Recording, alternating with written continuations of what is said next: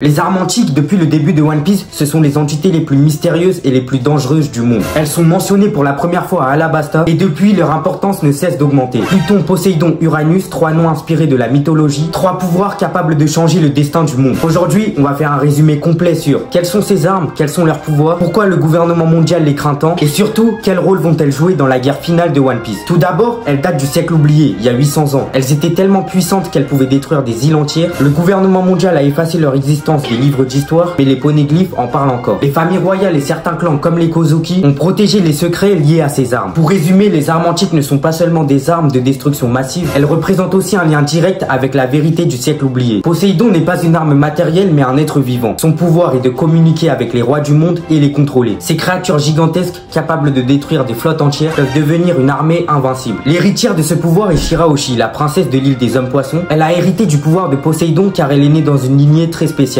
Ce pouvoir, il réapparaît une fois tous les quelques siècles. C'est pour ça que le gouvernement mondial redoute autant Shirahoshi. À elle seule, elle pourrait renverser l'équilibre mondial. Joy Boy, il avait promis d'utiliser Poséidon pour accomplir son rêve. Donc on pourrait se dire que Shirahoshi pourrait jouer un rôle énorme dans la guerre finale, en guidant par exemple les rois des mers pour protéger Luffy et ses alliés. Pluton, elle, est une arme marine légendaire. Elle est décrite comme un navire de guerre capable de raser une île entière d'un seul tir. Elle a été construite pendant le siècle oublié par les artisans de Water 7. Le plan de construction de Pluton a été conservé à Water 7. Mais il a été détruit par Franky pour ne pas tomber entre de mauvaises mains. Le véritable Pluton par contre existe toujours. Elle est située à Wano, enfermée sous le pays. Kaido et Orochi voulaient libérer Pluton pour dominer le monde. Et Pluton, elle peut être libérée uniquement après l'ouverture des frontières de Wano. C'est sûrement une des raisons pour lesquelles Oden voulait tant ouvrir le pays. Pluton pourrait être utilisé par Luffy et ses alliés pour contrer la puissance militaire du gouvernement mondial pendant la guerre finale. Uranus, elle, c'est la plus mystérieuse des trois armes. On ne sait quasiment rien d'officiel sur Uranus. Les seules infos qu'on a sont qu'elle est mentionnée dans les poneglyphes au même titre que Poséidon et Pluton. Son nom vient du dieu grec du ciel, ce qui laisse penser qu'elle a un lien avec le climat ou le contrôle du ciel. Maintenant, je vais vous donner les meilleures théories sur ce que pourrait être Uranus. 1. Uranus est une arme céleste. Elle pourrait être capable de contrôler la météo à une échelle mondiale et cela expliquerait des phénomènes étranges comme Red Line ou Grand Line où les climats sont chaotiques. 2. Uranus est Imu. Certains fans pensent qu'Imu détient Uranus et que c'est grâce à cette arme qu'il détient son pouvoir absolu. Par exemple, l'anéantissement de Lulusia pourrait être l'œuvre d'Uranus. 3. Uranus est un pouvoir vivant comme Poséidon. Certains pensent qu'il est peut-être lié au G ou à un personnage encore inconnu. Uranus est certainement la clé de la domination du gouvernement mondial. Sa révélation marquera probablement le point le plus important de la guerre finale. Les trois armes antiques vont forcément réapparaître pendant la guerre finale. Pourquoi? Parce qu'elles sont liées au rêve de Joy Boy et à la volonté du G. Maintenant, je vais vous donner les meilleures hypothèses sur le rôle de chacune des armes. Poséidon que détient Shirahoshi est pour protéger Luffy et guider les rois des mers pour briser la barrière qui entoure la Terre. Pluton qui est à Wano est une arme de guerre pour détruire le gouvernement mondial et renverser son armée. Uranus qui est possédé par Imu ou quelqu'un d'autre pourrait être l'arme ultime de la marine, le dernier obstacle à la liberté. En résumé, les armes antiques sont les trois clés finales. Luffy ne pourra pas atteindre le One Piece sans elles. La vérité du siècle oublié sera révélée à travers leur rôle et elles décideront du nouvel équilibre du monde après la chute du gouvernement mondial. Les armes antiques ne sont pas juste des légendes, elles représentent la vérité de l'histoire, le pouvoir d'un ancien monde oublié et surtout l'avenir du monde de One Piece. Pluton, Poséidon, Uranus, trois noms, trois armes, trois destins. Le jour où elles apparaîtront toutes en même temps, ce sera le jour où l'histoire de One Piece sera à son prime. Merci d'être resté jusque là, j'espère que tu as kiffé la vidéo. Si c'est le cas, n'hésite pas à la liker, à t'abonner et surtout à activer la cloche de notification pour ne rien rater. On se retrouve très bientôt pour de nouvelles vidéos. En attendant, prenez soin de vous. Au revoir.